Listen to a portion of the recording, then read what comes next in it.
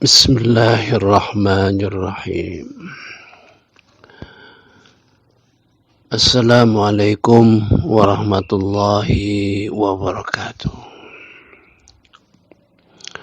Alhamdulillahi rabbil alamin wa bihi nasta'inu ala umuri dunya waddin.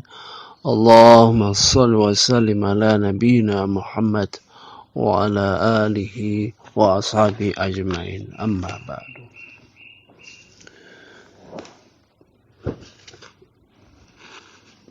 Bapak, ibu-ibu sekalian, mari kita lanjutkan kajian kita berkenaan dengan Iyyaka na'budu.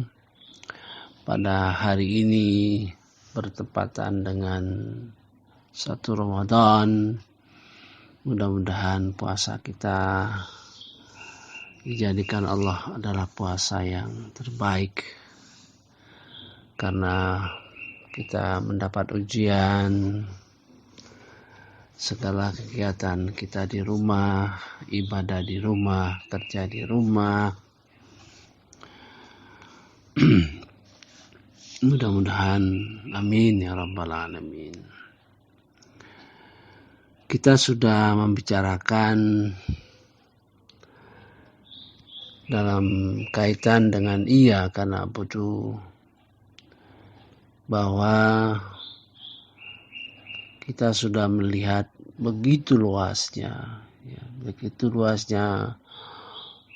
arena dari pengabdian, begitu panjangnya waktu, ya. Kemudian ada yang akan menghalangi kita, yang mengganggu kita, tapi setiap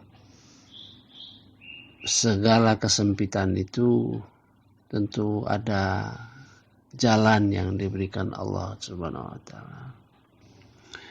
Pada rekaman yang terakhir kita membicarakan surah Al-Hadid, di mana perjalanan panjang dalam kita mengabdi kepada Allah Subhanahu wa taala itu dari umur yang masih muda sekali, kita sudah wajib melakukan pengabdian, melakukan segala ibadah dengan diperlihatkan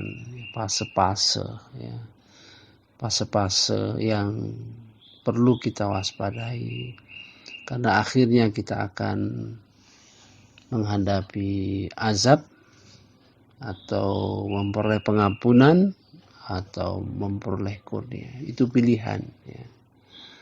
Nah, sekarang saya akan mengabarkan bahwa ilmu itu penting, ya. Penting. Dengan ilmu kita bisa menghayati suatu ibadah dengan baik. Saya berikan contoh. Misal seseorang pesuruh, ya, biasanya di kantor kita ada pesuruh atau tukang yang mengantarkan surat, ya. Jadi tugasnya hanya mengantarkan surat. Tapi kalau kita tanya, surat itu sudah diantar belum? Dia akan tentu bilang, sudah Pak, gitu, ya. Jadi mengantar surat dan dia tahu bahwa tugasnya selesai. Tapi ada pesuruh yang mengantar surat, ya. Kita bekali, ya. Pak, ini surat ini penting. Surat ini penting, cepat diantar ke sana.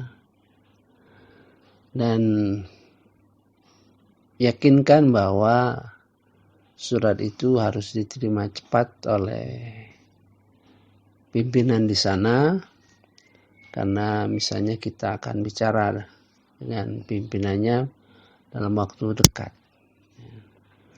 Maka si pengantar surat tadi, ya, dibawanya surat, setelah dirapikan, dia menyerahkan pada tata usaha di kantor lain yang dituju. dengan catatan dia sudah bisa berpesan, Pak, surat ini pesan dari kepala saya, pimpinan saya, supaya bisa dipercepat karena isinya penting. Ya tentu tata usaha sana mengatakan iya. Dia tunggu sejenak, dia perhatikan, dan petugas yang menerima surat pun segera mengantarkan kepada atasannya, kepada kepala kantornya, karena dia tahu ini penting. Maka pesuruh tadi masih memperhatikan bahwa surat itu sudah yakin ya masuk. Nah, kalau kita tanya, bagaimana surat itu sudah diantar? Sudah Pak, sudah diterima, dan saya persis tahu bahwa surat itu dimasukkan ke dalam. Setelah beberapa saat saya serahkan dan saya tunggu. Demikian ya. Tugas pesuruh yang mengantarkan surat dengan pesuruh yang dibekali oleh pengetahuan, maka akan beda. Jadi kalau kita beribadah dengan pengetahuan yang cukup luas, walaupun pengetahuan itu tidak bersentuhan langsung dengan apa yang kita lakukan, itu akan besar pengaruhnya dalam kita melaksanakan ibadah. Itu sebagai pengantar ya. Jadi saya memberikan contoh bahwa pengetahuan itu penting. Walaupun orang itu melakukan yang sama, ya, dua orang yang kita lihat sama, ya, kita lihat persis sama apa yang dilakukan dua orang, sama-sama sholat. Tentu kalau yang berilmu, ya, tentu berbeda dengan yang tidak kurang pengetahuannya. Gitu, ya. Nah, mari kita lihat surah Al-Imran ayat nomor 14. Ayat ini menggambarkan bahwa kita manusia itu punya kecintaan, ya, punya kecintaan terhadap wanita, gitu. Kalau terhadap wanita dalam konteks umum, kalau dibicarakan itu dalam konteks umum, berarti juga laki-laki juga, ya. Jadi kecintaan terhadap seorang wanita, ya tentu seorang wanita terhadap laki-laki, ya. Walaupun mungkin lebih banyak diceritakan bahwa daya tarik wanita itu beda dengan daya tarik seorang laki-laki, ya.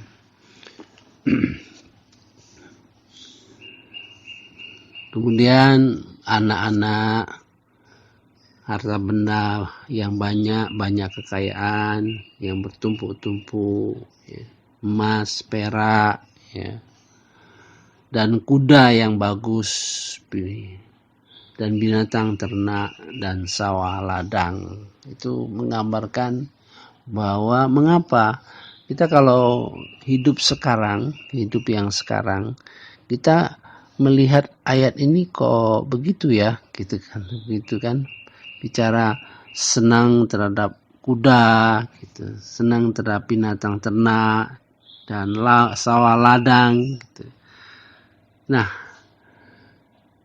karena Al-Quran itu bicara menurut budaya, ya, supaya dia yang dibicarakan itu masuk dalam pikiran dan akal mereka.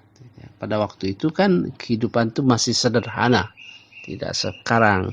Mungkin kalau ayat ini turun saat ini tentu beda. Mungkin ya cinta terhadap wanita ya masih mungkin kepada anak-anak, kepada pesawat terbang misalnya, ya.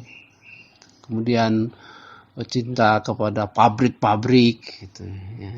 Itu satu gambaran bahwa Al-Quran itu bicara disesuaikan pada waktu turunnya, namun bisa dipahami di zaman modern saat ini, gitu. Kemudian yang menarik ayat ini adalah dia menggunakan kalimat pasif. Artinya dihiasi. Tentu para penafsir, kalau begitu siapa yang menghiasi itu? Nah, yang menghiasi ya. Mari kita baca. A'udzubillahi minasyaitonirrajim. Bismillahirrahmanirrahim. Dijadikan terasa indah dalam pandangan manusia cinta terhadap apa yang diinginkan, berupa perempuan-perempuan, anak-anak, harta benda yang bertumpuk dalam bentuk emas dan perak, kuda pilihan, hewan ternak, dan sawah ladang. Itulah kesenangan hidup di dunia, dan di sisi Allah lah tempat kembali. Zuyyina linnas, dihiasi, ya, dihiasi. Hubbus syahwat, ya, kecintaan, ya, keinginan terhadap minan nas, manusia, wanita-wanita, wal banin, dan anak-anak, wal qanatin, harta benda yang banyak, al munqantarah, yang bertumpuk-tumpuk, minaz zahabi wal fiddah, tadi dari emas dan perak, wal khail, kuda, al musawwamah, yang bagus, wal an'am, dan binatang ternak, wal harth, sawah ladang. Dzalika mata'ul hayatid dunya, itulah kesenangan kehidupan dunia. Wallahu indahu, dan di sisi Allah husnul ma'ab, yang terbaik tempat surga. Ini kehidupan kita di dunia ini tentu dipengaruhi oleh harta benda. Jadi kembali kepada dihiasi, ya, jadi dihiasi tentu mengundang pertanyaan. Jadi bisa dihiasi oleh Allah Subhanahu wa taala, bisa dihiasi oleh setan ataupun malaikat gitu. Nah, jadi kalau dihiasi oleh Allah Subhanahu wa taala atau malaikat, ditugasi oleh Allah Subhanahu wa taala, maka kecintaan terhadap keinginan kita itu sejalan dengan maunya Allah Subhanahu wa taala. Kalau kecintaan itu dihiasi oleh setan, maka tentu keinginan, ya, kecintaan terhadap sesuatu itu tentu sejalan dengan kehendak setan, ya. Itu mungkin cukup jelas, ya. Kalau kita dihiasi Allah Subhanahu wa taala, maka kita akan tumbuh di dalam diri kita itu cinta, sayang kepada istri ataupun suami, ya, kepada anak, kepada harta benda, tentu sejalan dengan apa-apa yang diperintah oleh Allah Subhanahu wa taala. Itu merupakan satu komponen dalam kita mengabdi kepada Allah Subhanahu wa taala. Jadi kalau tidak kita cinta terhadap harta, maka pemikiran kita bagaimana hukum kita punya harta. Hukumnya, ya, misalnya kita membayar zakat, kita berinfak, sedekah, dan lain-lain sebagainya. Bagaimana kita cinta kepada wanita, terutama sebagai istri, maka cinta kita kepada istri itu dalam rangka cinta kita kepada Allah Subhanahu wa taala. Maka kita tahu persis apa yang dimaui Allah Subhanahu wa taala.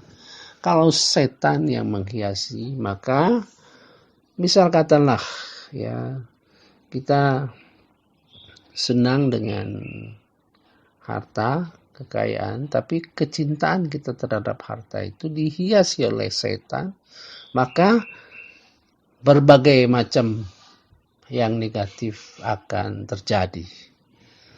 Misalnya kita memperoleh harta, ya tidak boleh, tidak mungkin harta itu dengan mudah kita peroleh ya. Jadi tentu kita tidak berpikir mana halal, mana haram, mana jalan yang diredoi, yang tidak diredoi. Pokoknya kita dapati. Nah, gitu. Dan kalau semakin dahsyat ya, kecintaan kita kepada harta itu sampai pada tingkat at-takatsur ya, pada tingkat yang berlomba-lomba, itu sangat berbahaya ya.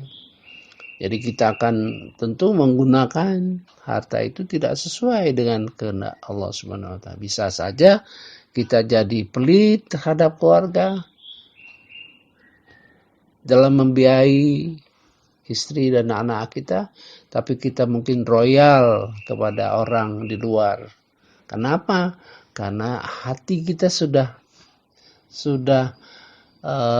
senang kepada sanjungan, kepada pujian yang kita peroleh dengan mengeluarkan harta itu di luar untuk orang lain, sedangkan di dalam keluarga kita sendiri kita pelit. Jadi tidak akan berjalan sesuai dengan hukum ya. Mari kita lanjutkan ayat selanjutnya 15 ya. A'udzubillahi minasyaitonirrajim. Bismillahirrahmanirrahim. Qul a'unabbi'ukum bi khair min dzalikum. Katakan pada Nabi Muhammad yang mengajarkan kepada kita, maukah kalian kabarkan dengan yang lebih baik dari semua itu ya, semua itu.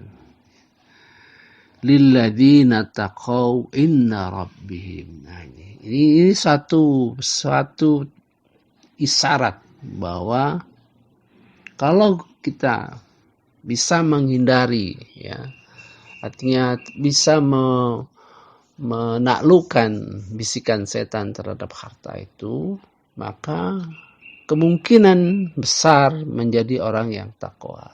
Ya, ini suatu isyarat bahwa begitu besarnya pengaruh daripada harta, kekayaan dan lain-lain ya. Termasuk juga kalau sekarang ini kita jabatan ya, jabatan yang diperebutkan melalui pilkada ya. Itu menjadi hal-hal yang mengganggu dalam kita mengabdi kepada Allah Subhanahu wa taala. Lepas dari itu, sanggup kita mengatasinya dengan izin Allah, dengan bantuan Allah Subhanahu wa taala, maka kita menjadi lilladzina taqaw inda rabbihim. Mereka orang-orang yang takwa di sisi Tuhan. Jadi bisa masuk kategori takwa. Karena bisa mengatasi segala iming-iming dunia ya. Seperti kemarin kita membicarakan bagaimana setan itu bisa bersilancar dengan kelemahan-kelemahan kita sebagai manusia. Kalau kita mungkin ya punya kelemahan, kalau kita disanjung gitu atau dipuji gitu, punya kelemahan ya, mungkin setan masuk ke dalam itu sehingga digambarkanlah kepada kita ya.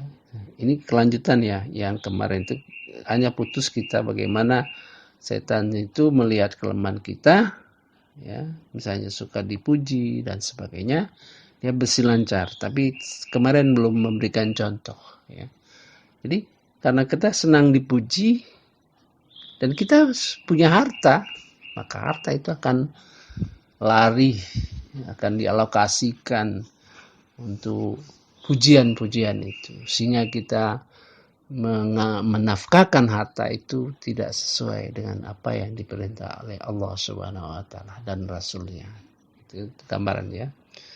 Senang dipuji, maka orang yang memuji kita itu tentu punya interest juga dengan harta kita itu, sehingga kita disanjung-sanjung, sehingga habis harta kita gunakan kepada hal-hal yang tidak sesuai dengan apa yang digariskan oleh Allah Subhanahu wa taala.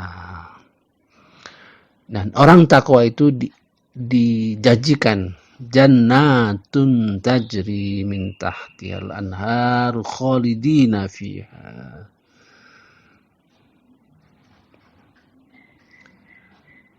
Taman-taman surga yang mengalir di bawahnya sungai-sungai. Mereka yang kekal tinggal di dalamnya. Wa azwajum mutahharah. Wa azwajum mutahharah. Ini hal yang perlu kita lihat itu. Dia memberikan contoh sebetulnya. Contoh dalam kecintaan kita hubud syahwat ya terhadap wanita, tentu menjadi istri kita kan. Nah, apabila kita bisa ya menyesuaikan dengan maunya Allah Subhanahu wa taala dan maunya Rasulullah sallallahu alaihi wasallam, maka istri kita yang tadi, wanita yang kita senang itu berubah menjadi wanita yang saleh. Kan?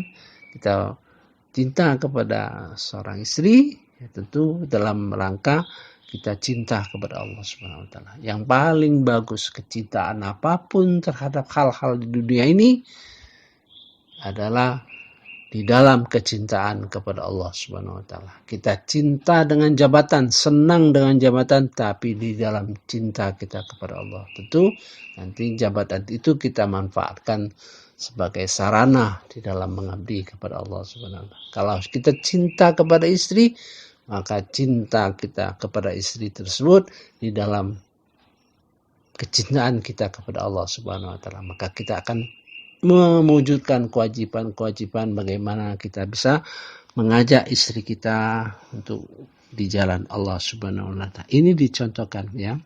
Wazwajum mutahharah ya, dan pasangan-pasangan suci dari segala macam. Di sini ya wanita surga lah. Kalau wanita surga kita tidak perlu bahas lagi. Yang bisa kita pahami itu suci. Itu menggambarkan bahwa apa yang dicontohkan di atas tadi, apabila kecintaan itu dihiasi oleh Allah Subhanahu wa taala, maka dia akan menjadi wa azwajum mutahharah. Ya, jadi pasangan-pasangan yang suci bersih. Dan waridwanum minallah, dan mendapat keridhaan daripada Allah Subhanahu wa taala. Wallahu basirum bil ibad, dan Allah Maha melihat terhadap hamba-hambanya. Bil ibad.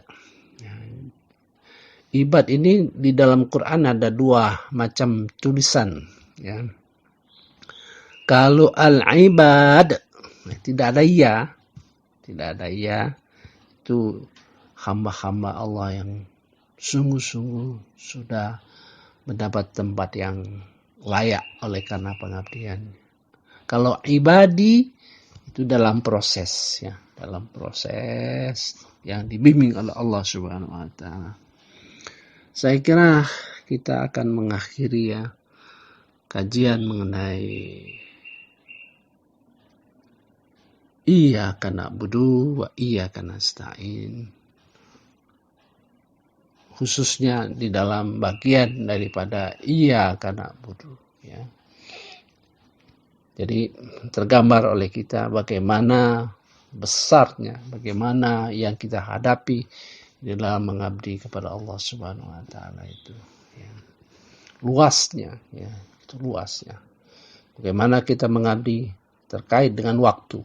Ya, pengabdian kita adalah pengabdian sejak kita balik. Tentu diharapkan ibarat perjalanan ya.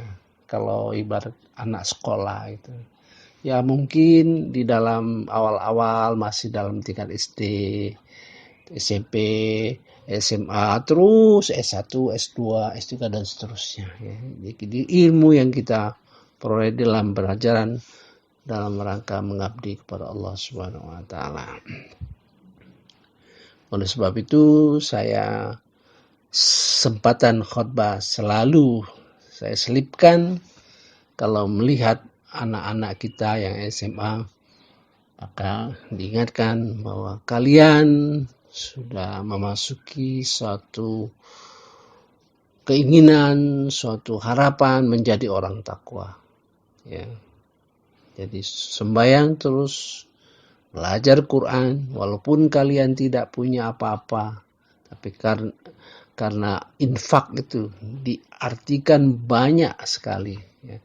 Kalian punya waktu, kalian punya kesempatan, kalian punya kelompok, maka bergelar untuk misalnya memakmurkan masjid, membantu kegiatan-kegiatan sosial. Jadi supaya mereka sadar bahwa ketakwaan dimulai dengan pada kondisi sedini mungkin. Nah, gambaran itu membuat hati kita bisa muhasabah ya. Bagaimana kita waktu masih remaja, besar, dewasa, berkeluarga, kemudian tua, jadi kakek, nenek, lebih tua lagi. Ya. Nah, kita sudah bisa mengukur. Nah, oleh sebab itu Allah memberikan jalan kepada kita. Kita ingat kesalahan-kesalahan kita. Kita ingat kebaikan kita juga. Ya, kebaikan itu makanya sering berdoa kita dalam sesudah sembahyang itu, ya Allah, jadikanlah ya semua diterima kata itu ya, ibadahku, ya, pengabdianku ya. Seperti kita misalnya masa muda ya, masa punya jabatan, kita mungkin banyak hal-hal yang kita lakukan ya, yang baik, yang dicontoh oleh orang-orang kemudian, maka hal-hal baik yang dicontoh oleh mereka itu adalah pahala bagi kita. Ya. Menurut hadis Rasulullah SAW, barang siapa memberikan contoh ya, hal-hal baik selama hidup dan diikuti orang, maka demikian juga kalau itu kita mencontohkan yang jelek gitu ya. Yang jelek ya. Misalnya ya yang jelek ya cukup dipahami ya kalau yang jelek itu. Namun kadang-kadang kita sadar kemudian ya sekian tahun ya, atau setelah kita meninggalkan, oh ternyata apa yang kucontohkan itu jelek ya. Marilah kita berlomba-lomba di dalam istighfar ya, istighfar. Terus menerus istighfar dan jangan lupa bahwa Allah mengampuni itu dalam banyak hal.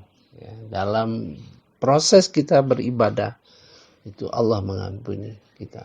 Makanya banyak pengertian yang salah ya. Banyak-banyak istighfar, banyak-banyak tobat. Ya. Banyak-banyak istighfar, banyak-banyak tobat. Itu suatu pemisahan yang keliru ya. Istighfar itu mohon ampun dengan ucapan, dengan perkataan ataupun di dalam hati. Sedangkan tobat itu adalah perubahan perilaku ya. Perilaku kita. Yang tadinya ada 7 perilaku yang dicontohkan oleh Rasulullah SAW. 1, dia senang berubah jadi ingin banyak belajar, ya, banyak belajar. Jadi, supaya dia nggak bodoh lagi. Istilahnya kesalahan itu karena kebodohan. Ya. Kebodohan dalam arti agama ya, kebodohan dalam arti agama. Sudah itu dia ningkatkan ya, di dalam ibadah itu. Kalau tadinya tidak semayang tahajud, dia mulai semayang tahajud. Ya. Kalau tahajudnya baru 3 rakaat, mungkin 5, 7, ya kan, 9, 11. Kalau kurang lama lagi dia hafalkan ayat-ayat dalam, sehingga sedikit lebih lama. Itu adalah peningkat dalam rangka tobat. Sudah itu dia berbuat baik. Jadi suatu pernyataan yang kadang-kadang tidak menghayati ya. Artinya tidak menghayati mengapa perkataan itu muncul. Banyak-banyak istighfar, banyak-banyak tobat. Dia pikir istighfar dan tobat itu sama gitu ya. Jadi istighfar itu ucapan, pernyataan, dan tobat itu perubahan perilaku. Jadi kalau taubatan nasuha artinya tidak melakukan lagi, terus meningkatkan yang 7 tadi ya. 7 yang pernah disampaikan Kiai Haji M. Zainuddin ya, MZ Zainuddin, itu 7. Satu ilmu ya, kedua ibadah, ketiga orang tua ya. Jadi semakin santun, semakin menunjukkan kata-kata yang karimah, muliakan orang tua gitu, dan seterusnya. Sepanjang umur kita itu semakin dalam gitu. Jadi kalau kita sekarang ini ya, siapapun juga, begitu orang tua kita meninggal dunia dan tidak punya sempat akhir, semakin tua kita semakin menyadari kekurangan kita kepada orang tua. Tidak pernah kita merasakan, wah sudah demikian banyak. Di dalam hati kecil kita banyak kekurangan-kekurangan yang kita lakukan kepada orang tua. Oleh sebab itu kita istighfar, memaafkan orang tua kita. Banyak kejadian kita yang pada saat sekarang kita menyadari bahwa masa kecil kita tidak dididik dengan baik orang tua kita ya, tidak belajar ngaji dan sebagainya. Kita sekarang belajar mengaji sendiri, katakanlah belajar baca Quran sendiri. Nah, untuk itu kita sadar bahwa itu kesalahan orang tua kita. Kita mintakan ampunan kepada Allah Subhanahu wa taala saat ini di dunia ini, jangan di akhirat nanti. Kalau di akhirat nanti orang selalu bela diri. Siapapun yang bersalah, dia akan tunjuk. Walaupun orang tua kita sendiri. Ya. Saya kira cukup dulu. Nanti kita mulai dengan menghabiskan dulu ini. Ini masih banyak lagi. Ya. Belum. Tapi cukup untuk memberikan kepada kita bahan. Ya. Nanti iyyaka na'budu wa iyyaka nasta'in. Jadi beda antara na'budu, ibadah, itu mencapai keriduan dan kecintaan Allah Subhanahu wa taala. Kalau isti'anah berarti kehendak Allah Subhanahu wa taala. Jadi kita meminta sesuatu sarana di dalam usaha kita melakukan ibadah kepada Allah Subhanahu wa taala. Wallahu a'lam. Wassalamualaikum warahmatullahi wabarakatuh.